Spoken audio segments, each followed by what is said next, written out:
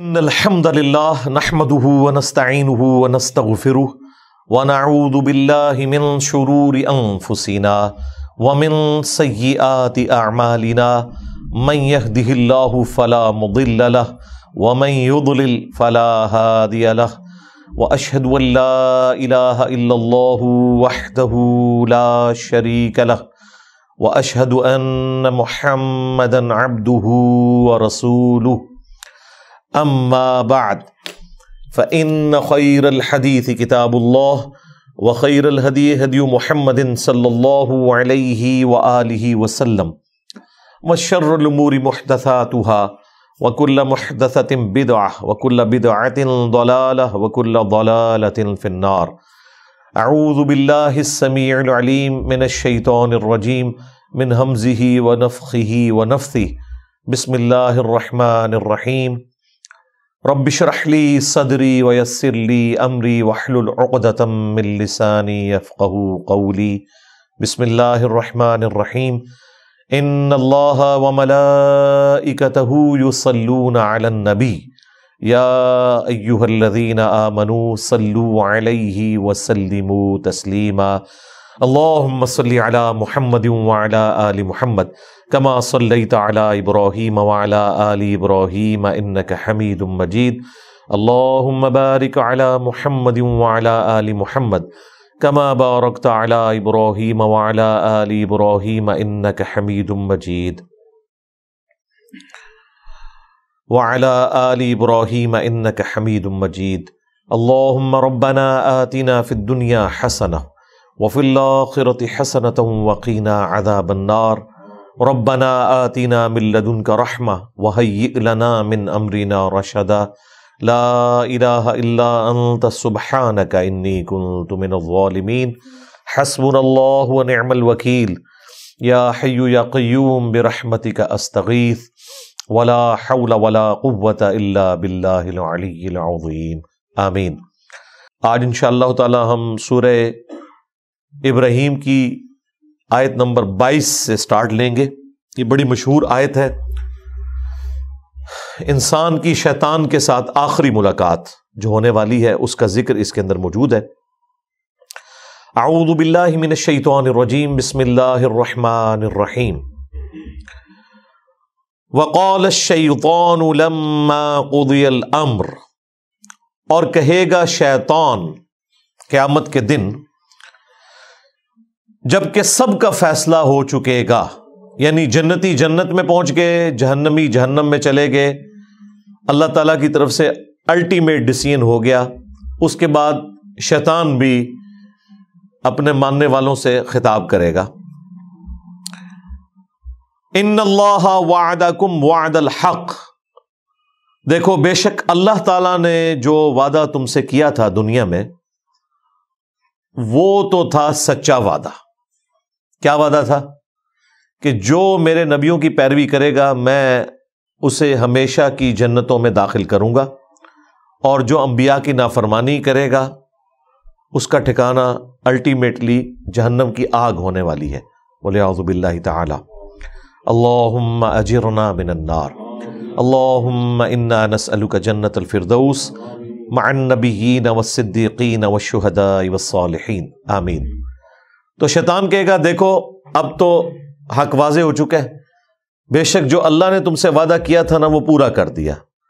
جو جنتیوں کے حق میں وعدہ کیا تھا اہل ایمان کے حق میں وہ بھی درست ثابت ہو گیا، اور جو جہنمیوں کے لیے اہل کفر کے لیے وعدہ کیا تھا وہ بھی پورا ہو گیا. وَوَعَدْتُكُمْ فَأَخْلَفْتُكُمْ. اور جو میں نے تم سے وعدہ کیا تھا تو میں اپنے وعدے کی خلاف ورزی کرتا ہوں. یعنی میں نے کیا وعدہ کیا تھا؟ دنیا میں لمبی امیدیں دلائی ہوئی تھی. ایک تو ڈائریکٹلی وہ لوگ ہیں جو شیطان کی عبادت کرنے والے لوگ ہیں، ایک وہ جو اہل ایمان میں سے ہوں یا اللہ کے ماننے والے ہیں، ان کو بھی شیطان لمبی امیدیں دلاتا ہے کہ ابھی کافی زندگی پڑی ہے، اللہ کے راستے پہ آ جاؤں گا ایک نہ ایک دن. اور یوں انسان دنیا سے اچانک اچک لیا جاتا ہے اور اس کی زندگی میں وہ لمحہ نہیں آتا کہ جب وہ واقعتاً اللہ تعالیٰ کا تابع فرمان ہو کر زندگی کو بسر کرے. تو یہ شیطان جو ہے وہ جھوٹے وعدے اس کو دلاتا ہے. ایک اور وعدہ جو شیطان دلاتا ہے کہ اللہ تعالیٰ بڑا غفور رحیم ہے, معاف کر دے گا, at the end of the day اس نے سب کو چھوڑ دینا ہے. دیکھو کوئی ماں اپنے بچے کو جہنم میں نہیں پھینک سکتی, تو یہ کیسے ہو سکتا ہے کہ اللہ تعالیٰ اپنے بندوں کو جہنم میں پھینکے؟ یہ تو اللہ تعالیٰ کی رحمت کے بھی خلاف ہے. یہ بھی شیطان نے جھوٹے وعدے دلائے ہوئے. یہ جھوٹے اور فراڈ پہ مبنی وعدے اس لیے ہیں کہ اس طرح کی کوئی تعلیم اللہ تعالیٰ کی طرف سے اپنی کتابوں میں یا اپنے پیغمبروں کے ذریعے انسانیت تک نہیں پہنچائے گی. قرآن کا مقدمہ تو بالکل ڈیفرنٹ ہے, اور جو لوگ پہلی دفعہ قرآن کو پڑھتے ہیں ترجمے کے ساتھ اپنی نیٹو لینگویج کے اندر, وہ کہتے ہیں یہ تو کتاب بات ہی کچھ اور کر رہی ہے, اس کا کانفیڈنس لیول ہی بہت ہائی ہے اور بالکل اسٹریٹ فارورڈ کتاب ہے, کوئی لگی لپٹی بات نہیں, ڈائریکٹلی ہے کہ مانو گے بچ جاؤ گے, نہیں مانو گے تو مارے جاؤ گے. لیکن شیطان پھر جو غلط امیدیں لوگوں کو دلاتا ہے, اور یہ امید کبھی وہ شخص نہیں اس کے پیچھے چلے گا, اس جعلی اور جھوٹی امید کے پیچھے, جس نے قرآن پڑھا ہوا ہے, الا یہ کہ کوئی آنکھیں بند کر لے, ورنہ قرآن کا مقدمہ بالکل ون سائیڈڈ ہے. قرآن پڑھنے والا کبھی بھی اس رزلٹ پہ نہیں پہنچے گا کہ اللہ تعالیٰ نے سب کو چھوڑ ہی دینا ہے. قرآن میں جو اللہ تعالیٰ کا مزاج بیان ہوا ہے وہ تو سختی والا ہے, سیدھی سی بات ہے. وہاں تو آپ کہیں بھی باطل کو داخل نہیں کر سکتے. بالکل 2+2=4 والی بات ہوئی ہے کہ مانو گے تو جنت ملے گی, نہیں مانو گے تو جہنم میں جاؤ گے. یہ تھوڑی بہت جو گنجائشیں نکلتی ہیں وہ بھی احادیث میں نکلتی ہیں, وہ بھی کسی درجے میں. جو پبلک کے اندر دین چل رہا ہے وہ نہ قرآن میں ہے نہ حدیث کے اندر موجود ہے. تو یہ شیطان جو لمبی لمبی امیدیں دلاتا تھا, تو شیطان کہے گا کہ میں نے بھی دنیا میں تم سے وعدہ کیا تھا, تو آج میں وہ ٹروتھ ریویل کر رہا ہوں کہ لو جی میں تو مکر گیا جے اپنے وعدے تو. وہ تمام جھوٹی امیدیں جو میں نے تمہیں دلائی ہوئی تھی, آج میں اس کے خلاف چلتا ہوں. انہی امیدوں میں سے ایک امید یہ بھی ہے کہ جو کچھ بھی ہے تیرے محبوب کی امت سے. اب یہ باتیں کیا صحابہ اکرام کو آل البیت کو نہیں پتہ تھی, لیکن ان کی زندگیاں تو خوف خدا سے عبارت ہیں. خود اللہ کے محبوب صلی اللہ علیہ وآلہ وسلم نے جس سختی کے ساتھ اپنی امت کو سمجھایا ہے وہ تو بالکل ون سائیڈڈ مقدمہ ہے. بخاری مسلم دونوں میں حدیث ہے, اللہ کے محبوب صلی اللہ علیہ وآلہ وسلم نے فرمایا, دیکھو اپنے مال کی زکوٰۃ ادا کرنا, اللہ کا حق جو ہے وہ دینا, مال غنیمت میں خرد برد نہ کرنا, بیت المال کے اندر بے ایمانی نہ کرنا. ایسا نہ ہو کہ قیامت کے دن تم میں سے کسی شخص کی گردن پہ اونٹ سوار ہو اور وہ چیخ رہا ہو, اغثنی یا رسول اللہ, یا رسول اللہ میری مدد فرمائے, میں تمہارے کچھ کام نہیں آؤں گا, میں نے جو کچھ بتانا تھا تمہیں دنیا میں بتا دیا. ایسا نہ ہو کہ کسی شخص کی گردن پہ اس کی گائے سوار ہو جس کی اس نے زکوٰۃ ادا نہیں کی, اور وہ چیخ کے کہہ رہا ہو اغثنی یا رسول اللہ, یا رسول اللہ میری مدد کیجئے, میں تمہارے کچھ کام نہیں آؤں گا, میں نے دنیا میں جو تمہیں بتانا تھا بتا دیا. پھر نبی الاسلام نے مختلف چیزیں گنوائیں, کسی کی گردن پہ بکری سوار ہو. آپ حیران ہوں گے, جب ہم میٹرک میں پڑھتے تھے تو ہم نے یہ بیج لگایا ہوتا تھا, اغثنی یا رسول اللہ, یا رسول اللہ میری مدد فرمائے. اور جس حدیث سے یہ جملہ نکالا ہوا ہے اس حدیث میں تو یہ کہ یا رسول اللہ میری مدد فرمائے, اور رسول اللہ کیا کہیں گے, میں نے دنیا میں جو بتانا تھا وہ بتا دیا. بالکل الٹ چل رہا ہے معاملہ.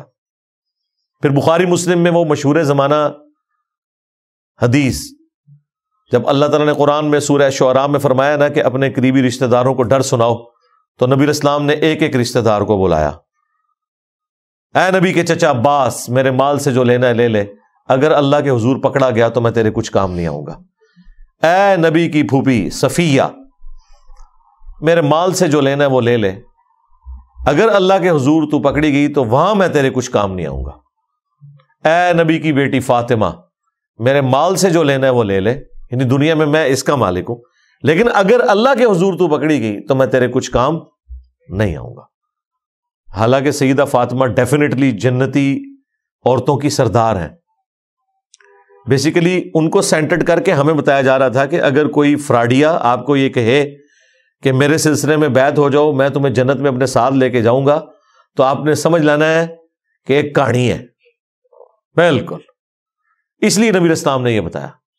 پھر صحیح مسلم میں حدیث ہے، جسے اس کے عمل نے پیچھے چھوڑ دیا اس کا نسب اسے آگے نہیں لے کے جا سکتا. ہاں، اگر جس کے اعمال درست ہیں پھر اسے فائدہ ہو سکتا ہے نسبت کا. پھر حسن و حسین ہی جنتی نوجوانوں کے سردار ہیں، نبی الاسلام کی بیٹی ہی جنتی عورتوں کی سردار ہے. لیکن یہ صرف نسبت کی وجہ سے نہیں ہے، اعمال بھی ایسے.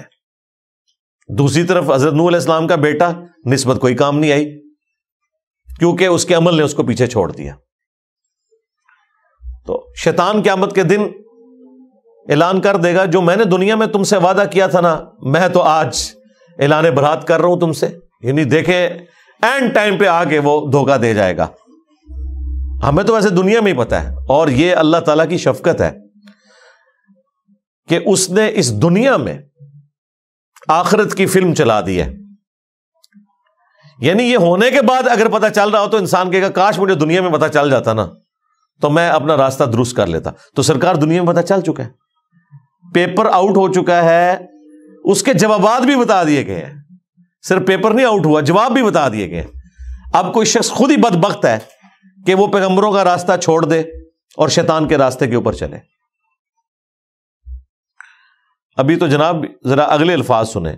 وَمَا كَانَ لِيَ عَلَيْكُم مِّن سُلْطَان، اور مجھ میں تو ایسی کوئی قدرت نہیں تھی تمہارے معاملے میں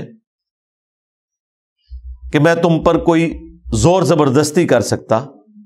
إِلَّا أَن دَعَوْتُكُمْ، سوائے اس کے کہ میں تمہیں دعوت دیتا تھا.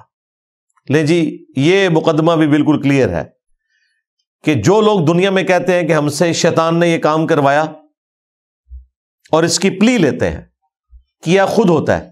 شیطان نے اس حوالے سے تو کروایا ہوتا ہے کہ وہ دعوت دیتا ہے، اس حوالے سے شیطان نے نہیں کروایا ہوتا کہ وہ زبردستی کرواتا ہے. یہ ذہن میں رکھیے گا، وہ صرف دعوت دیتا ہے.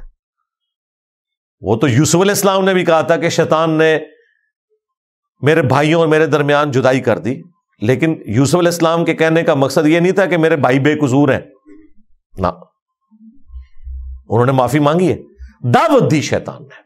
ظاہر شیطان نے تو دعوت دینی ہے. تو یہاں پر واضح ہے کہ شیطان قیامت کے دن کہے گا کہ مجھے تم پر کوئی زور نہیں تھا سوائے اس کے کہ میں تمہیں صرف بلاتا تھا برائی کی طرف. اور دنیا میں اچھائی کی طرف بلانے والے لوگ اور وہ سگنل زیادہ آتے ہیں آپ کی زندگی میں ایز کمپیئر ٹو برائی کے. اگر آپ لسٹ ڈاؤن کریں اپنے بچپن سے لے کے جوانی تک، ماں باپ، رشتہ دار، ٹیچرز، دوست، احباب، زیادہ تر لوگ آپ کو اچھائی کی طرف بلا رہے ہوتے ہیں. وہ لوگ بھی جو خود برائی پہ چل رہے ہوتے ہیں نا، وہ بھی آپ کو اچھائی کا ہی درس دے رہے ہوتے ہیں. تو سگنلز تو وہاں سے بھی آ رہے ہوتے ہیں.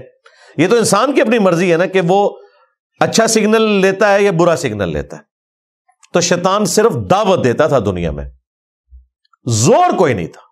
اس کو میں ایک مثال سے سمجھاتا ہوں اکثر کہ اگر زمین و آسمان کے سارے شیاطین مل کے سب سے بڑے بے نمازی کو بھی نماز پڑھنے سے روکنا چاہیں، اور دوسری طرف گورنمنٹ کی طرف سے اناؤنسمنٹ ہو جو مسجد کی پہلی صف میں جماعت سے نماز ادا کرے گا اسے $1000 دیے جائیں گے، دوسری صف والے کو $500، تیسری صف والے کو $300، تو سارے شیاطین مل کے بھی ایک بے نمازی کی نماز نہیں چھوڑوا سکتے.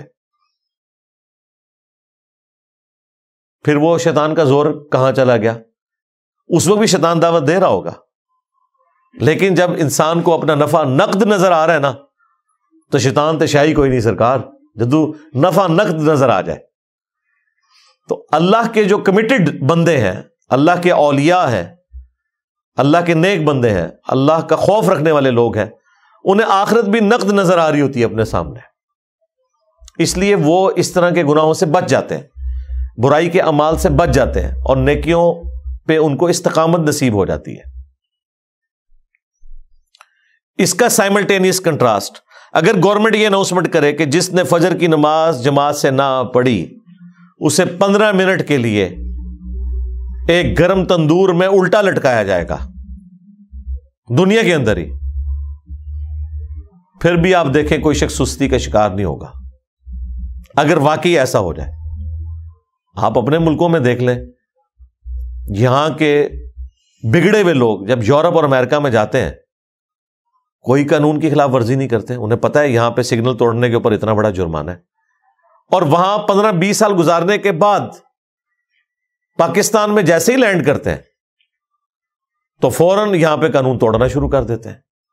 دنیا میں بھی ہم نے دیکھ لیا کہ جب چیک ہوتا ہے نا آپ کے اوپر فزیکل چیک، پھر یہ انٹلیکچوئل جو چیک ہے یہ خود بخود ختم ہو جاتا ہے، جو مرضی آپ کو برائی کی طرف ابھارے آپ وہ برائی نہیں کریں گے۔ تو شیطان بھی قیامت کے دن کہے گا مجھے تم پر کوئی زور نہیں تھا۔ آج تک کبھی ایسا نہیں ہوا کہ کوئی شخص نماز پڑھنے کے لیے مسجد میں جائے اور اس کے سامنے شیطان فزیکلی مسجد کے دروازے پہ کھڑا ہو اور کہ میں نے تمہیں اندر نہیں جانے دینا، نیور، یا وہ بازو سے پکڑ کے کہیں اور پھینک دے، ایسا کبھی بھی نہیں ہوگا، اسے زور ہی کوئی نہیں ہے۔ اور یہ بھی نہیں ہوگا کہ اذان کی آواز سن کر آٹومیٹکلی آپ کے قدم مسجد کی طرف چل پڑے، ہاں وہ اللہ نے آپ کو اختیار دیا ہوا ہے، اسی کے بدلے آپ کو جنت ملنے والی ہے۔ اتنا آسان کام ہوتا تو پھر ٹیسٹ تو ختم ہو جاتا، پھر جنت اور دوزخ والا معاملہ تو ختم ہو جاتا۔ بخاری مسلم میں حدیث ہے، اللہ تعالیٰ نے جنت کو ناگوار چیزوں سے ڈھانپ رکھا ہے اور دوزخ کو خوشگوار چیزوں سے ڈھانپ رکھا ہے، یعنی جنت تک پہنچنے کے لیے آپ کو ناگوار چیزوں کا سامنا کرنا پڑے گا، نمازوں کی مشقت، غسل کی مشقت، روزوں کی مشقت، حلال اور حرام میں تمیز کرنے کی مشقت، یہ ساری ناگوار ہیں طبیعت کے اوپر چیزیں۔ اور جہنم کو اللہ تعالیٰ نے خوشگوار چیزوں سے ڈھانپ رکھا ہے، یعنی تمام شہوات، گناہ کے کام جن میں دنیا میں اللہ نے لذت رکھی ہوئی ہے وہ ہمارے ٹیسٹ کے طور پہ وہ جہنم یعنی دوزخ میں لے جانے والی ہے۔ اور اس کی ایکسپلینیشن اس حدیث سے ہوتی ہے مشہور زمانہ، جامعہ ترمذی، ابو داؤد، نسائی، ابن ماجہ میں حدیث ہے، حضرت جبرائیل علیہ السلام کو اللہ تعالیٰ نے فرمایا جب جنت کو پیدا کیا کہ جا کے جنت کو دیکھ کے آؤ۔ جب وہ واپس آئے انہوں نے کہا یا اللہ مجھے نہیں لگتا کہ کوئی شخص تن من دھن نہیں لگا دے گا اس جنت میں پہنچنے کے لیے، کوئی ایسا شخص نہیں ہوگا، سارے کے سارے اس جنت کے لیے کوشش کریں گے۔ پھر اللہ تعالیٰ نے جنت کو ناگوار چیزوں سے ڈھانپ دیا اور حضرت جبرائیل علیہ السلام سے کہا کہ اب ذرا جنت کو دیکھو جا کے۔ انہوں نے جب دیکھا نا کہ جنت تک پہنچنے کے لیے یہ ہرڈلز عبور کرنی پڑیں گی، مشقتیں اٹھانی پڑیں گی، حلال اور حرام میں تمیز کرنی پڑے گی، واپس آئے تو اللہ تعالیٰ نے فرمایا کہ سنا، انہوں نے کہا یا اللہ مجھے نہیں لگتا کہ کوئی شخص جنت میں پہنچنے میں کامیاب ہوگا، جتنا مشکل ٹیسٹ رکھتی ہے۔ پھر اللہ تعالیٰ نے جہنم کی طرف بھیجا، واپس آئے، پوچھا، ان کا یا اللہ کون بدبخت ہوگا جو اس جہنم کے لیے کوشش کرے گا؟ مجھے تو نہیں لگتا کہ کوئی شخص ایسا عمل کرے کہ جہنم تک پہنچ جائے۔ پھر اللہ تعالیٰ نے جہنم کو یعنی دوزخ کو شہوات سے، خوشگوار چیزوں سے ڈھانپ دیا، ان کی لذتوں سے، لیکن ہے حرام کام۔ پھر اللہ تعالیٰ نے فرمایا اب جا کے جہنم کو دیکھ۔ جب دیکھا انہوں نے کہا کہ مجھے نہیں لگتا کہ کوئی شخص بچ سکے گا، کسی نہ کسی طریقے سے پہنچ جائے گا اس جہنم کے اندر۔ تو یہ بڑا سینسٹیو مسئلہ ہے۔ شیطان قیامت کے دن کہے گا کہ میرا کوئی زور نہیں سوائے اس کے کہ میں نے تمہیں دعوت دی تھی، فاستجبتم لی، پس تم نے میری دعوت قبول کر لی۔ یعنی دعوت مؤذن بھی دے رہا تھا اذان کے ذریعے مسجد میں، اور دل سے بھی سگنل آ رہے تھے۔ انسان کی اپنی انسٹنکٹ کے اندر موجود ہے، جھوٹ بولنا برا ہے، سچ بولنا اچھا ہے، یہ ہر انسان کو پتا ہے۔ کسی کو دھوکہ دینا برا ہے، کسی کے ساتھ خیر خواہی کرنا اچھا ہے۔ تو ہماری انسٹنکٹ کے اندر اللہ تعالیٰ نے اچھائی اور برائی کی تمیز رکھ دی ہے۔ فَأَلْهَمَهَا فُجُورَهَا وَتَقْوَاهَا۔ یہ جو قرآن کی تعلیمات ہیں انبیاء کرام کی جو وحی ہے یہ تو نور علی نور ہے. آلریڈی ہماری انسٹنکٹ کے اندر نور موجود ہے اچھائی اور برائی میں تمیز کرنے کا. انبیاء کی دعوت کے بغیر بھی موجود ہے, لیکن یہ انبیاء کی دعوت کے ذریعے اللہ تعالیٰ نے حجت تمام کی ہے کہ کوئی شخص قیامت کے دن, سورہ النساء میں آتا ہے نا کہ ہم نے رسولوں کو, انبیاء کو اس لیے بھیجا کہ اللہ کے خلاف کوئی حجت نہ قائم کر سکے. رسولوں کے آنے کے بعد کوئی بالکل ہی گیا گزرا آدمی تھا, ہٹ دھرمی پہ اڑا ہوا تھا, اس کے لیے بھی حجت تمام ہو جائے کہ مجھے بتا دیا گیا تھا دنیا میں, تو میں نے تو صرف تمہیں دعوت دی تھی اور تم نے وہ میری دعوت قبول کر لی. فلا تلومونی, تو آج کے دن مجھے ملامت مت کرو, مجھے برا نہ کہو. ہاں, شیطان کہہ رہے ہیں میرے خلاف بھی کلپ نہیں ریکارڈ کرانا, کلپ ریکارڈ کروانا ہے تو وَلُومُوا أَنفُسَكُمْ, اپنے آپ کو ملامت کرو. وہ پنجابی میں محاورتاً بولا جاتا ہے نا, منو نہ پیٹ, اپنی جان نو پیٹ. آج مجھے ملامت نہ کرو, اپنی جان کو ملامت کرو. ما انا بمصرخکم, میں آج کے دن تمہاری کوئی فریاد نہیں سن سکتا, کوئی مشکل کشائی تمہارے ساتھ نہیں کر سکتا. وما انتم بمصرخی, اور نہ تم کوئی میری مدد کر سکتے ہو. دیکھ لیں بالکل اس نے سب کچھ چھوڑ دیا.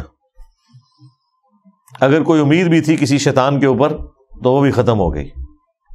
یہ شیطان وہ بڑا شیطان بھی ہوگا اور اس کے جتنے چیلے ہیں وہ بھی شیاطین. ان بزرگوں کے بارے میں بھی آیا ہوا ہے سورۃ الاعراف کے اندر کہ جب کبھی بھی کوئی امت جہنم میں داخل کی جائے گی تو وہ اپنے بزرگوں کے اوپر لعنت بھیجے گی اور کہے گی اے اللہ ہمارے بزرگوں کو ڈبل عذاب دے کہ ان کی وجہ سے ہم گمراہ ہوئے. اللہ تعالیٰ فرمائے گا تم دونوں کے لیے ڈبل عذاب ہے. اور جب وہ جہنم میں پہنچیں گے تو ان کے پھر بزرگ کہیں گے ہاں بھائی کوئی فائدہ تو نہیں ہوا, دیکھو تمہارے لیے بھی ڈبل عذاب ہے. سورۃ الاحزاب میں بھی آیا اینڈ پہ جا کے, کیونکہ ہر آنے والا اپنے بعد آنے والے کے لیے تو بزرگ ہی ہے نا, اس کے لیے وہ غلط لیگیسی چھوڑ کے جا رہا ہے نا. انی کفرت بما اشرکتمونی, بے شک میں کفر کرتا ہوں, اس معاملے میں انکار کرتا ہوں جو تم میرے ساتھ شریک ٹھہرایا کرتے تھے من قبل, آج سے پہلے. یعنی میں اس کا بھی انکار کرتا ہوں.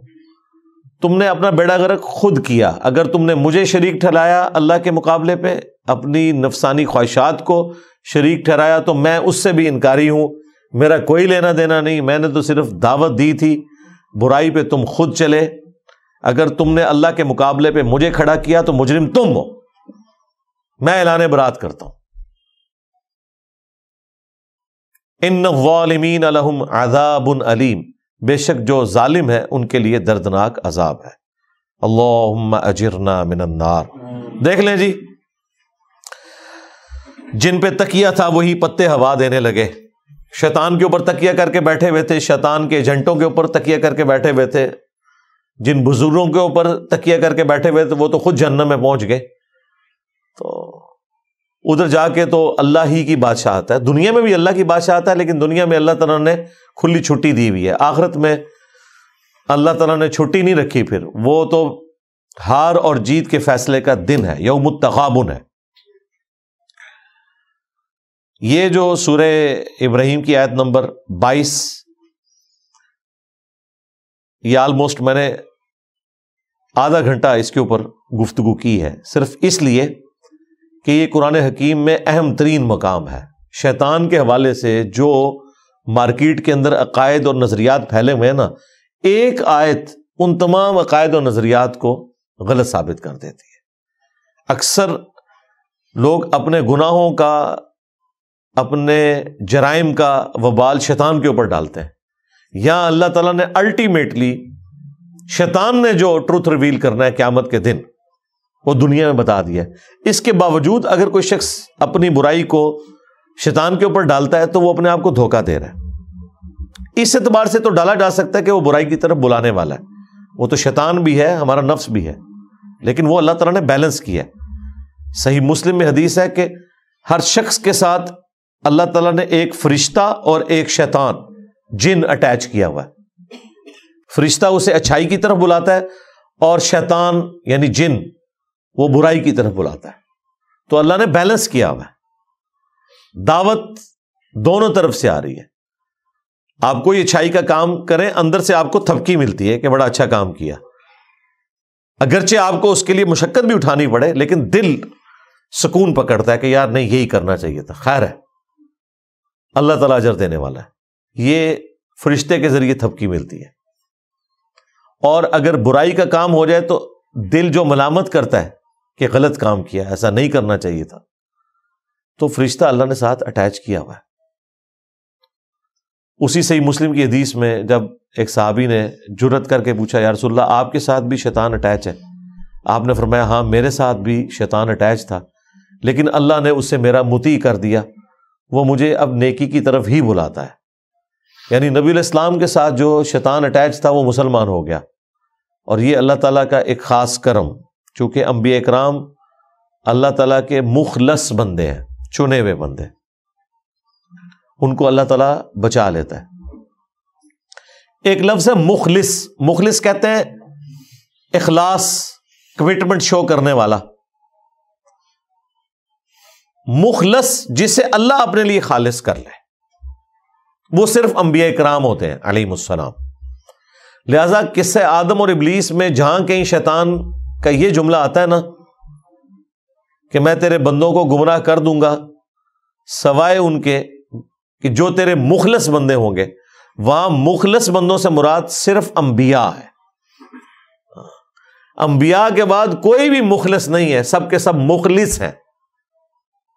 انہوں نے اپنی محنت سے ہی بچنا ہے. لیکن انبیاء کے کیس میں اللہ تعالیٰ کی رحمت, اس کی اسپیشل پروٹیکشن, وہ انہیں برائی سے بچا لیتی ہے. اس طرح کی پروٹیکشن عام بندوں کے کیس میں بھی کبھی کبھار اللہ تعالیٰ چاہے تو فرما سکتا ہے, لیکن اللہ کا کوئی وعدہ نہیں ہے کہ ضرور ایسا کرے گا. وہ خود ہی اس نے بچنا ہے تو بچنا ہے, اور اسی میں اس کے لیے انعام ہے. حضرت یوسف علیہ السلام کے بارے میں قرآن میں آیا نا کہ اس عورت نے یوسف کا قصد کیا, یوسف بھی قصد کر لیتا اگر اپنے رب کی برہان دلیل نہ دیکھتا. یعنی اللہ تعالیٰ نے کلیئر کر دیا کہ یوسف علیہ السلام کو ہم نے بچایا, اور پھر اس کے ساتھ آیا کہ بے شک ہمارے وہ مخلص بندوں میں سے تھے, ہم نے ان کو اپنے لیے خالص کر لیا تھا. اللہ نے انبیاء کو اپنے لیے خالص کر لیا. باقی لوگ محنت کے ذریعے اپنے آپ کو اللہ کے لیے خالص کرتے ہیں, اور انبیاء اکرام کو اللہ تعالیٰ خود سے اپنے لیے خالص کر لیتا ہے, کیونکہ ان کو اللہ تعالیٰ نے انسانیت کا امام بنانا ہوتا ہے. ان کی اسپیشل پروٹیکشن ہوتی ہے. تکلیف سے وہ بھی گزرتے ہیں, آزمائش سے وہ بھی گزرتے ہیں, اور جو گناہ کی لذت ہے وہ والا معاملہ انبیاء کے ساتھ بھی اٹیچ ہوتا ہے کہ ان کے لیے بھی گناہ میں لذت موجود ہوتی ہے, لیکن اللہ تعالیٰ ان پہ خاص کرم فرماتا ہے. اللہ کے خوف اور تقوی کا ایسا ان پہ غلبہ ہوتا ہے کہ گناہ کی لذت پھر پیچھے رہ جاتی ہے. لیکن یہ نہیں ہے کہ لذت ان کے لیے نہیں ہے, ورنہ تو ان کا ٹیسٹ ختم ہو جائے, ان کی تو پھر باقی لوگوں پہ فضیلت بھی ختم ہو جائے. لذت ہونے کے باوجود وہ خوف خدا کی وجہ سے, اللہ کے اسپیشل کرم کی وجہ سے بچ جاتے ہیں. اس کو آپ دنیا میں ایک مثال سے سمجھیں.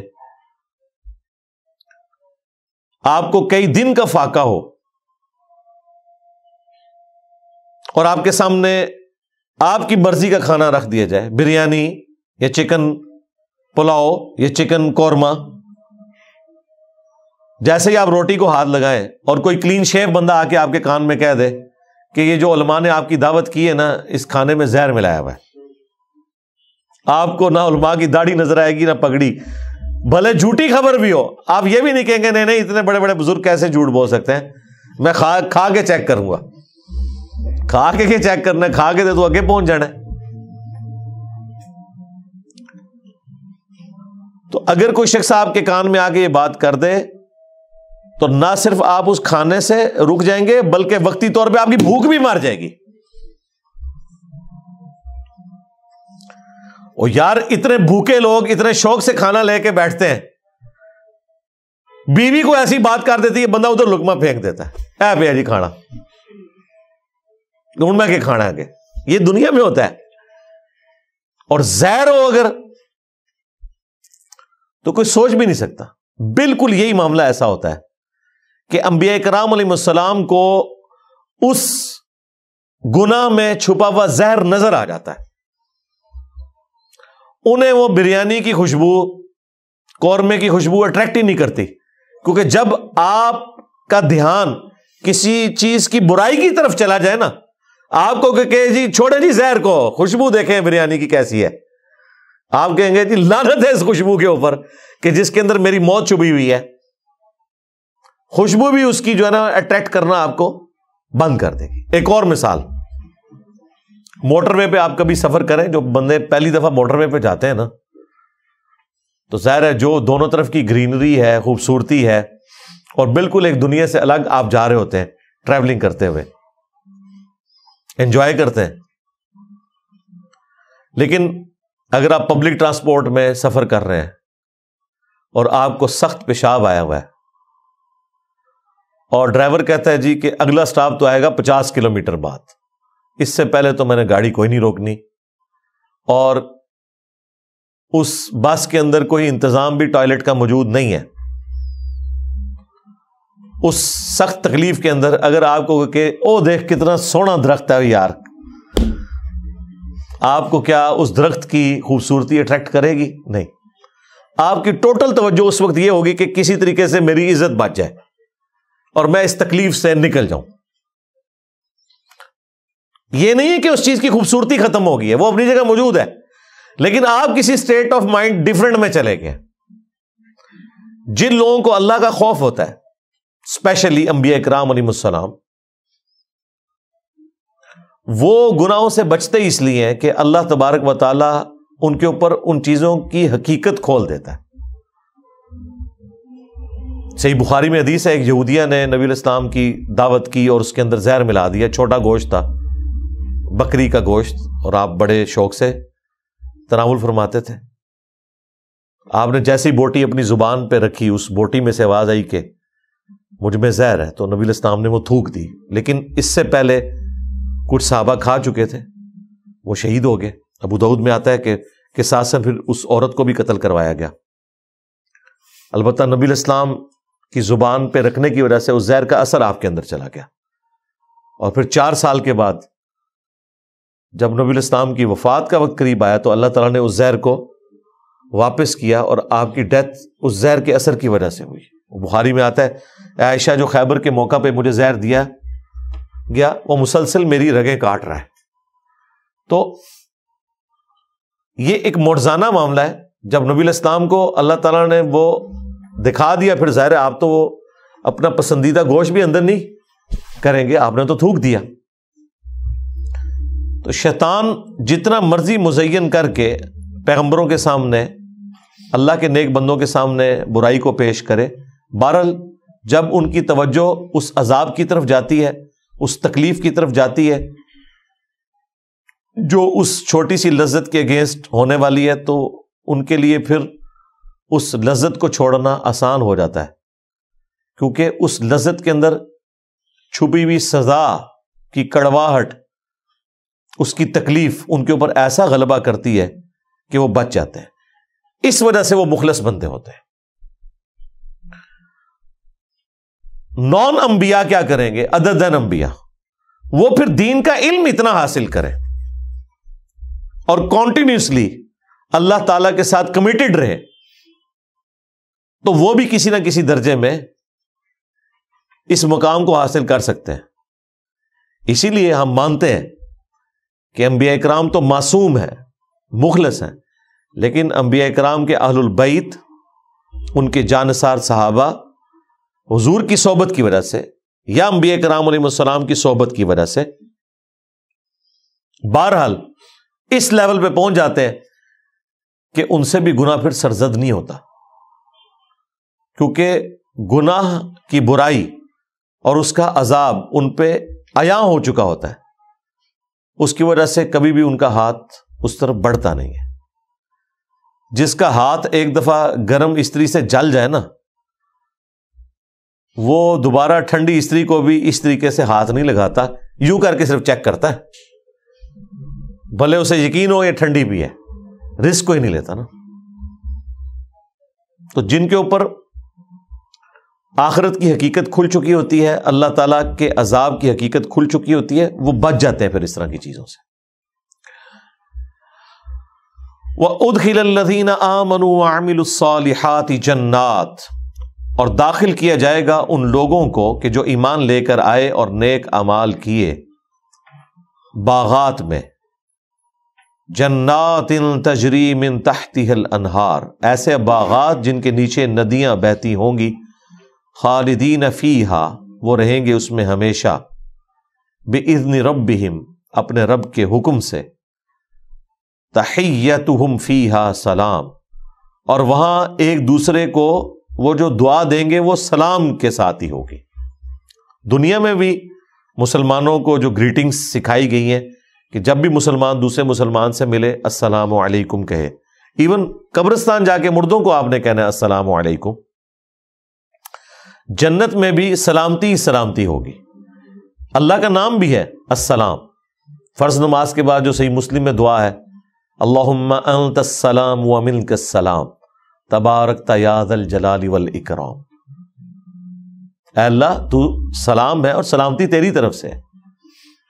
تو جنت میں بھی مسلمان جب دوسرے مسلمان سے ملے گا تو اس پہ سلامتی بھیجے گا، سلامتی سے بہتر کوئی دعا نہیں ہو سکتی۔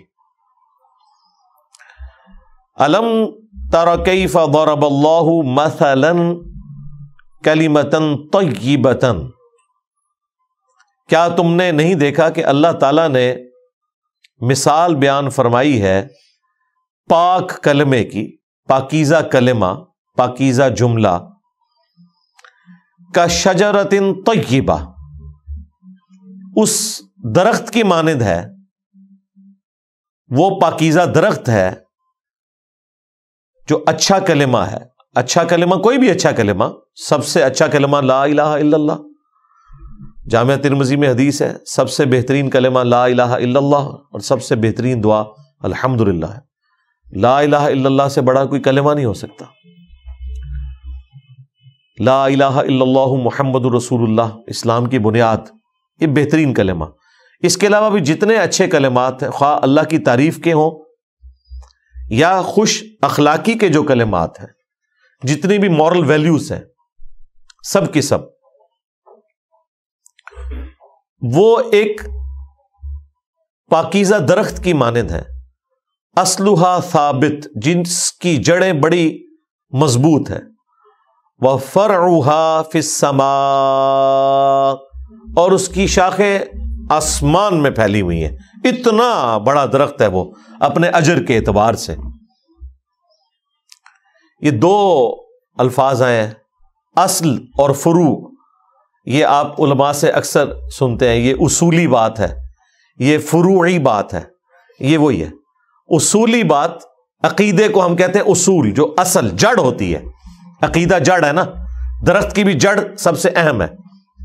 تو جو عقائد ہیں وہ کہتے ہیں یہ اصولی مسائل ہیں، عقیدے کے مسائل ہیں۔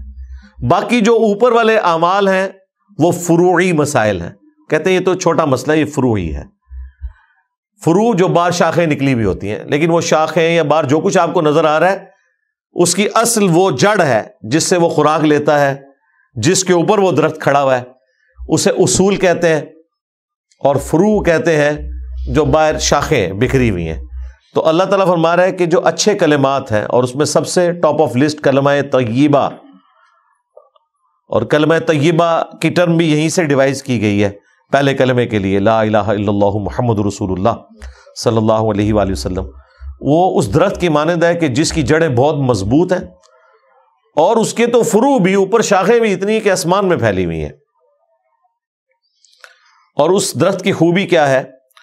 تؤتی اکلھا کل حین باذن ربھا، وہ درخت پھر مسلسل پھل دے رہا ہے اپنے رب کے حکم سے، یعنی اس درخت کے اوپر خزاں بھی نہیں آتی اور مسلسل پھل دے رہا ہے. پھل توڑتے ہیں نیا پھل لگ جاتا ہے. جنت میں تو ہر درخت ہی ایسا ہوگا. تو دنیا میں بھی یہ والے جو درخت ہیں ان کے اگینسٹ جنت میں بھی درخت لگ رہے ہیں. جو آپ اچھے کلمات سبحان اللہ الحمدللہ لا الہ الا اللہ اللہ اکبر کہتے ہیں، اس کے اگینسٹ جنت میں بھی درخت لگتے ہیں. ان کو بھی فنا نہیں ہے. وَيَضْرِبُ اللَّهُ الْأَمْثَالَ لِلنَّاسِ لَعَلَّهُمْ يَتَذَكَّرُونَ، اور اللہ تعالیٰ یہ مثالیں بیان فرماتا ہے لوگوں کے لیے تاکہ وہ اس سے نصیحت حاصل کر لیں، اسے خوب ذہن نشین کر لیں. مثال بیان کرنے سے بعض اوقات بات سمجھ آ جاتی ہے. ہر بندے کا تو انٹلیکچوئل لیول اتنا نہیں ہوتا کہ وہ دقیق باتوں کو سمجھ سکے. بعض اوقات مثال ایسی ہوتی ہے جو لوگوں کو جلدی سمجھ آ جاتی ہے. تو یہ درخت والی مثال ایسی ہے جو ایک ان پڑھ بندے کو بھی اس کی کامن آبزرویشن کے اندر بھی موجود ہے کہ واقعی جو درخت مضبوط جڑوں کے اوپر کھڑا ہوتا ہے، پھلدار درخت ہوتا ہے، وہی اصل درخت ہے، اور اسی سے انسان نفع حاصل کر سکتا ہے، برکت حاصل کر سکتا ہے. اور یہ ہے وہ روحانی کلمہ لا الہ الا اللہ محمد رسول اللہ. اب سائملٹینیس کنٹراسٹ آ رہا ہے جو خبیث کلمات ہیں، شرکیہ کلمات ہیں، بد اخلاقی پر مبنی کلمات ہیں، شیطانی کلمات ہیں، برائی سے ریلیٹڈ کلمات ہیں، وہ تمام کے تمام کلمات ان کے لیے اللہ تعالیٰ نے مثال بیان کی ہے. وَمَثَلُ كَلِمَةٍ خَبِيثَةٍ، اور مثال خبیث کلمات کی، برے کلمات کی، وہ چاہے گالی گلوچ ہو یا برائی کا ذکر کرنا ہو، اس کی مثال كَشَجَرَةٍ خَبِيثَةٍ اجْتُثَّتْ، وہ اس خبیث درخت کی مانند ہے جو اکھاڑ لیا جائے من فوق الارض، زمین کے اوپر سے. یعنی جس طرح یہ جھاڑیاں ہوتی ہیں نا، وہ آپ دیکھتے ہیں کہ جھاڑیوں کو آپ فوراً اکھاڑ لیتے ہیں کیونکہ ان کی جڑیں نیچے تک نہیں ہوتی ہیں. ان کو صاف کرنا کوئی مشکل کام نہیں ہوتا. اس کو آپ ویسے ہاتھ سے پکڑ کے بھی اکھاڑ لینا تو وہ اکھڑ جاتی ہے، لیکن درخت کو تو نہیں کوئی اکھاڑ سکتا. ما لہا من قرار، اور انہیں کوئی قرار بھی نہیں ہوتا. ظاہر ہے کہ اس طرح کی جھاڑیاں تو درختوں کے لیے نقصان دہ ہوتی ہیں. وہ جھاڑیاں تو ویسے ہی جلا کے راکھ کر دی جاتی ہیں، ان سے اس طرح کا کوئی نفع حاصل نہیں ہوتا کہ اس سے کوئی پھل نکل آئے. اب یہ جو اگلی آیت آ رہی ہے نا، آیت نمبر 27، یہ ایک کریٹیکل آیت ہے. اس کے کانٹیکسٹ میں حدیث بھی موجود ہے بخاری اور مسلم کے اندر، وہ میں بعد میں بیان کروں گا. یثبت اللہ الذین آمنوا بالقول الثابت، اللہ تعالی ثابت قدم رکھتا ہے اہل ایمان کو اس پختہ قول کے اندر. اب ظاہر ہے کہ یہاں قول سے مراد وہ ہے جو اوپر اللہ تعالیٰ نے اسے کلمہ طیبہ کہا ہے، پاکیزہ کلمات، لا الہ الا اللہ محمد رسول اللہ صلی اللہ علیہ وآلہ وسلم، یا کوئی بھی اچھا کلمہ اللہ کے ذکر کا، اللہ کی حمد کا، اس کی تسبیح کا.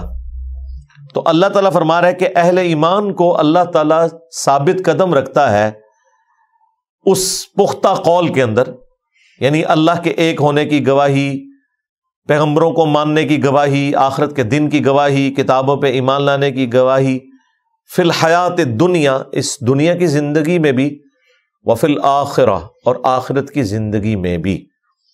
اللہم اجعلنا منہم ربنا آتنا فی الدنیا حسنہ وفی الآخرۃ حسنۃ وقنا عذاب النار. اللہم من احییتہ منا فاحیہ علی الاسلام ومن توفیتہ منا فتوفہ علی الایمان. آمین. یہ آیت مبارکہ کا حصہ اللہ کے محبوب صلی اللہ علیہ وآلہ وسلم نے تلاوت کیا اس موقع پر جس موقع پر آپ صلی اللہ علیہ وآلہ وسلم نے قبر میں ہونے والے امتحان کا ذکر کیا بخاری اور مسلم میں.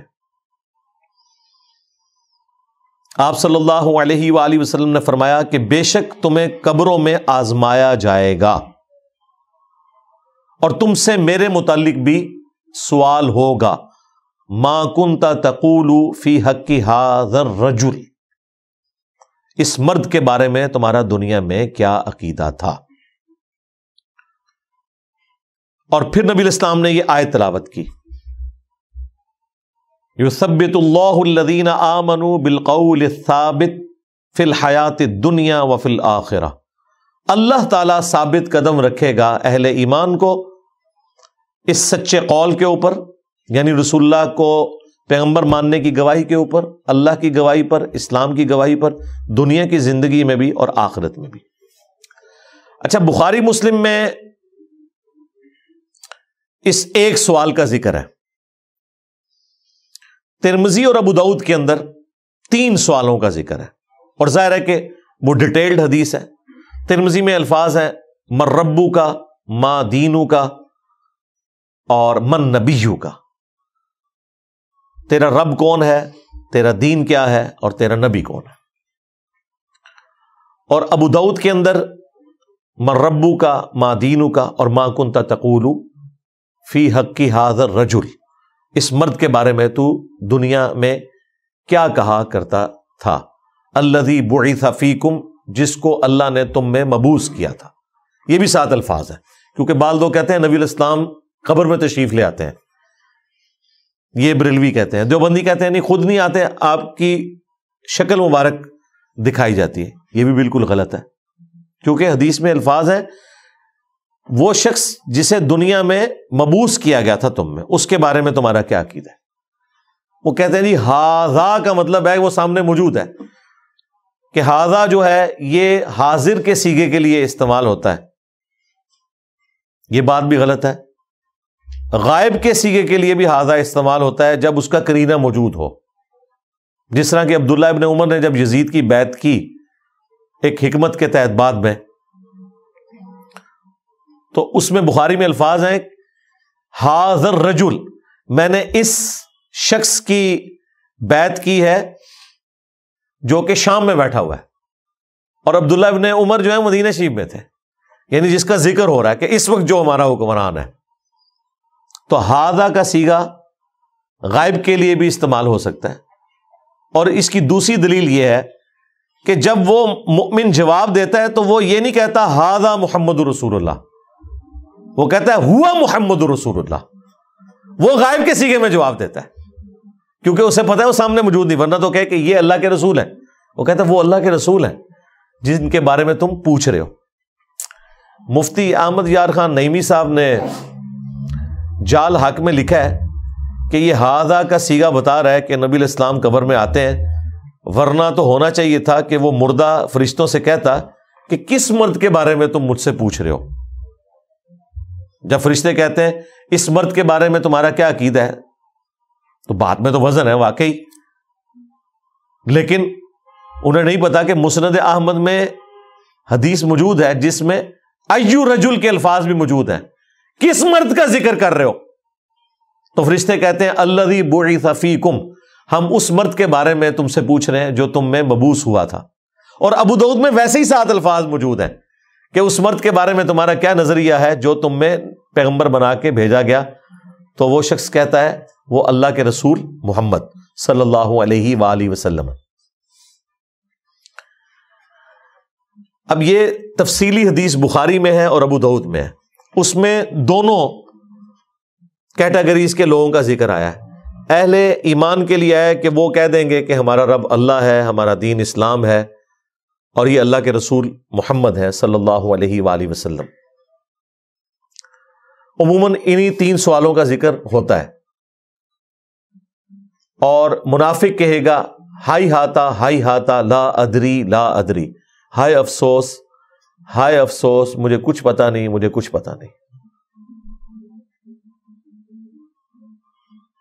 اور وہ کہے گا کہ میں وہی کہتا تھا جو لوگ کہا کرتے تھے، سنا کے سنی، یعنی کہ ٹونی۔ 3 سوالوں کے بعد فرشتے اس سے 4تھا سوال بھی کریں گے، کنکلوڈ کریں گے۔ گفتگو اس طرح تو کنکلوڈ نہیں ہوتی، مومن سے چوتھا سوال یہ ہوگا کہ تجھے کیسے پتا چلا، ان 3 سوالات کے جوابات کیسے آئے؟ وہ کہے گا کہ میں نے اللہ کی کتاب پڑھی اور میں نے رسول اللہ کے نبی ہونے کی تصدیق کی، مجھے اللہ کی کتاب پڑھنے کی وجہ سے یہ پتا چلا، اس لیے میں نے اس کو آج سے آلموسٹ 10 سال پہلے ریویل کیا تھا کہ قبر کے 3 سوال نہیں ہیں، 4 سوال ہیں۔ 3 تو یہ ہے نا، کامیاب ہونے کے بعد چوتھا سوال بھی ہے کہ تجھے پتا کیسے چلا؟ تو وہ کہے گا میں نے اللہ کی کتاب پڑھی۔ اب جس نے اللہ کی کتاب نہیں پڑھی، ظاہر کتاب ترجمے سے ہی پڑھی ہوگی نا، عربی پڑھنے سے تو کوئی فرق نہیں پڑتا اس بندے کو جسے عربی نہیں آتی۔ اچھا، منافق جب کہے گا مجھے کچھ پتا نہیں، میں تو وہی کہتا تھا جو لوگ کہتے تھے، فرشتے اس سے کہیں گے چوتھے سوال کے طور پر کہ تو نے خود کیوں نہیں پڑھا یا کسی ایسے شخص سے کیوں نہیں علم حاصل کیا کہ جو لکھنا پڑھنا جانتا تھا؟ تیرے ساتھ یہ معاملہ نہ ہوتا، تو نے دنیا میں ایسے شخص سے کیوں نہیں رابطہ کیا اگر تو خود نہیں پڑھ سکتا تھا؟ وہ کہے گا میں تو وہی کہتا تھا جو لوگ کہتے تھے۔ تو یہ چوتھا سوال منافق کے کیس میں بھی ہوگا، گنہگار شخص کے کیس میں بھی ہوگا۔ تو یہ قبر کا چوتھا سوال یہ سب سے اہم ہے، کیونکہ یہ ڈراپ سین ہے قبر کے امتحان کا۔ اس کے بعد ہی پتہ چلتا ہے کہ پہلے 3 سوالات میں کس نے کامیاب ہونا ہے۔ اگر کوئی خود نہیں پڑھے گا، ہدایت حاصل کرنے کی کوشش نہیں کرے گا، یا کسی ایسے شخص سے ہدایت نہیں حاصل کرنے کی کوشش کرے گا جو اسے واقعی قرآن و سنت بتائے، یعنی بزرگوں کی تعلیمات نہ بتائے، ورنہ تو یہاں پہ بھی مسئلہ کھڑا ہو جائے گا نا۔ یہ کہتے ہیں علماء سے پوچھیں، اور جب علماء سے پوچھیں ہم پوچھتے ہیں کس علماء سے، کہتے ہیں ہمارے فرقے کے۔ دوسرے علماء کا ذکر کرتے ہیں وہ تو ہے ہی گمراہ ہیں، انہیں کہ وہ بھی آپ کے بارے میں یہی سمجھتے ہیں، اور ہم بھی یہی سمجھتے ہیں کہ دونوں ٹھیک ہی کہہ رہے ہیں، وہ آپ کے بارے میں اور آپ ان کے بارے میں۔ البتہ اگر آپ دونوں بھی ہمیں کوئی بات بتائیں گے جو قرآن و سنت کے مطابق ہے، تو ہمارے نبی نے ہمیں یہی سکھایا ہے کہ شیطان بھی اگر سچی بات کرے تو اس کی تصدیق کرو۔ آیت الکرسی کا وظیفہ شیطان نے انسانی شکل میں آ کے حضرت ابو ہریرہ کو دیا تھا، لیکن نبی علیہ السلام نے کیا فرمایا کہ وہ ہے تو جھوٹا تھا لیکن بات اس نے سچی کی، تو ہم تصدیق کریں گے۔ تو یہ عذاب قبر، قبر کے سوالات کے امتحان سے متعلق یہ اہم ترین آیت ہے کہ اللہ تعالیٰ دنیا کی زندگی میں بھی اور آخرت میں بھی ثابت قدم رکھے گا۔ تو دنیا میں اللہ تعالیٰ اہل ایمان کو ایمان پہ ثابت قدم رکھے گا، اور آخرت کی زندگی میں قبر کے سوالات میں آسانی کرے گا۔ یہ آخرت کا تعلق اصل میں قبر کے ساتھ ہے۔ جو نبی علیہ السلام نے آیت پڑھی نا، ظاہر دنیا میں تو نہیں قبر کے سوال ہو رہے، تو قبر آخرت کی منازل میں سے پہلی منزل ہے، یہ ذہن میں رکھیے گا۔ قبر کا تعلق دنیا کے ساتھ نہیں ہے، یہ آخرت کی زندگی ہے، کیونکہ مرنے کے بعد کی زندگی ہے۔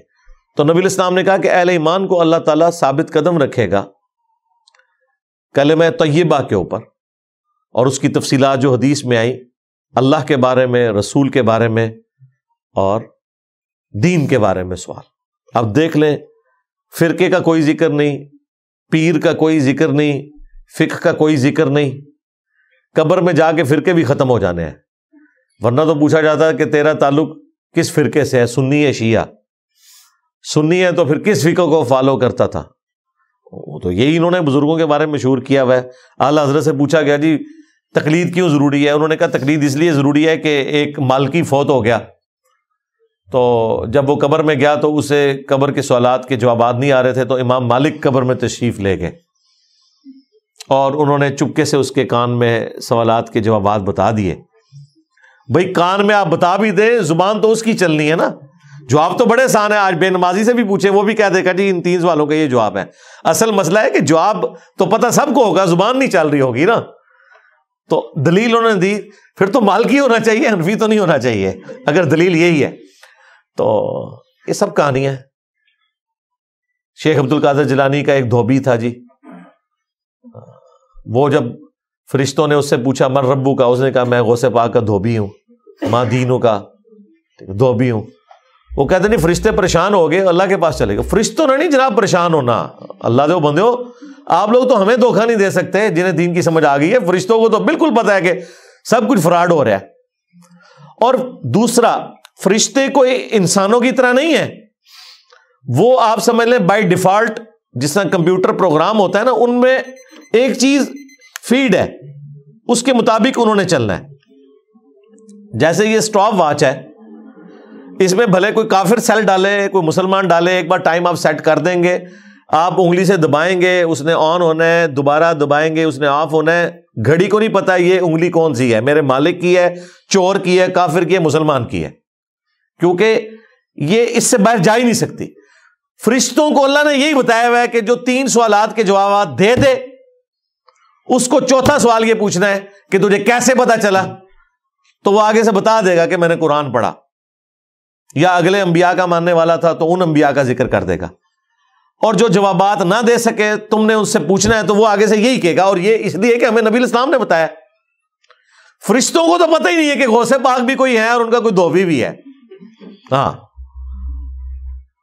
اور وہ بیان کرتے ہوئے نا علماء کہتے ہیں جی اشرف علی تھانوی صاحب نے نقل فرمایا، یعنی اس طرح جیسے بخاری شریف میں آ گیا ہے۔ اس کا روب آپ دیوبندیوں پہ تو ڈال سکتے ہیں، ہاں، لیکن ہم پہ آپ کیسے ڈال سکتے ہیں میرے بھائی؟ ہمیں تو قرآن و سنت سے بتائیں۔ ہم تو کہیں گے کہ بھائی جس نے آپ کو یہ واقعہ بتایا ہے اس سے تو پہلے ہم یہ پوچھیں گے کہ کس نے اس قبر میں کیمرہ فٹ کیا ہوا تھا۔ آپ کیمرہ لگا بھی دیں تو کوئی قبر کا عذاب تو دیکھ ہی نہیں سکتا، سیدھی سی بات ہے، نہ ان سوالات کی کوئی ریکارڈنگ کر سکتا ہے۔ یہ کس جھوٹے نے آپ کو بتایا؟ یہ شیطان نہیں آپ کو بتایا، آپ کے بڑے نے، تاکہ آپ لوگوں کو قرآن و سنت کے ساتھ جوڑنے کی بجائے بزرگوں سے جوڑا جائے۔ بھائی نبی الاسلام بتا رہے ہیں کہ جو سوالات کے جوابات دے گا وہ ہوگا کہ جس نے قرآن پڑھا ہوگا، اور ناکام وہ ہوگا جس نے دین کو سیریس نہیں لیا ہوگا۔ اچھا نبی الاسلام تو بتا رہے ہیں کہ اس کا حل کیا ہے، یہ اس حال کو نہیں مان رہے، یہ کہہ رہے ہیں آپ غوث پاک کے دھوبی بن جائیں، یہ حال ہے۔ پھڈا ڈال کے بیٹھ گیا۔ اللہ تو بندیو، بخاری مسلم میں ہے کہ جب وہ سوالات کے جوابات نہیں نہ دیتا تو فرشتے اسے ایک ایسا گرز مارتے ہیں کہ بالکل زمین کے برابر ہو جاتا ہے، اور اس کی چیخو پکار دنیا کی ہر مخلوق سنتی ہے سوائے جنوں اور انسانوں کے، وہ سن لیں تو بے ہوش ہو جائیں۔ غوث پاک دا توبی تے جھگڑا تھے تک گل ہی نہیں پہنچنی، جس نے 3 سوال ختم، چوتھا آنا ہے، 5ویں نمبر دے ہوتے کوڑا ہی آنا ہے، وہ ہوتے غوث پاک دا توبی۔ فرشتوں کو تو پتہ ہی نہیں بھائی، یہ آپ کے بنائے ہوئے دنیا میں بزرگان دین ہیں جن کا کوئی لینا دینا نہیں ہے اللہ کے نبی علیہ السلام کی تعلیمات کے ساتھ۔ اگر ان بزرگوں نے یہ خرافات پھیلائی ہیں، اور اگر انہوں نے نہیں پھیلائی تو وہ اللہ کے حضور بری ہیں۔ سارا جرم پھر ان لوگوں کا ہے جنہوں نے شیخ عبد القادر جیلانی کی طرف یہ جھوٹ منسوب کیا ہے، سیدھی سی بات ہے۔ تو یہ آیت اس موقع پہ نبی علیہ السلام نے تلاوت فرمائی، وَيُضِلُّ اللَّهُ الظَّالِمِينَ، اور اللہ تعالیٰ بھٹکا دیتا ہے ظالموں کو، یعنی ان کو چھوڑ دیتا ہے، ان کی کھلی چھٹی کر دیتا ہے، وہ اپنے برائی کے راستے پہ چلتے رہے۔ وَيَفْعَلُ اللَّهُ مَا يَشَاءُ، اور اللہ تعالیٰ جو چاہتا ہے وہ کرتا ہے۔ اللہ تعالیٰ کے اوپر تو کسی کا زور نہیں ہے، اللہ تعالیٰ اہل ایمان کو بچا لے گا، اور جو دنیا میں گمراہ رہے وہ قبر میں بھی جا کے، حشر میں بھی جا کے ناکامی کا منہ دیکھیں گے۔ اللہ جو چاہتا ہے کرتا ہے، مراد یہ کہ اللہ کی بادشاہت ہے کہ جو شخص پیغمبروں کی پیروی کرے گا ان کے لیے انعام ہوگا، یہ اللہ کی مرضی ہے، اور یہ اللہ کی مرضی ہے کہ جو نبیوں کی نافرمانی خود کرے گا پھر اللہ تعالیٰ آخرت میں اس کے لیے کوئی معافی والا معاملہ نہیں کرے گا، پھر اللہ تعالیٰ اسے اسی گمراہی میں بھٹکنے دے گا اور جہنم کے عذاب میں پھینکے گا جس نے اللہ اور اس کے پیغمبروں کی نافرمانی کی۔ اللہم اجرنا من النار، سبحانک اللہم و بحمدک، اشہد ان لا الہ الا انت، استغفرک و اتوب الیک، وما علینا الا البلاغ المبین۔ جزاکم اللہ خیرا۔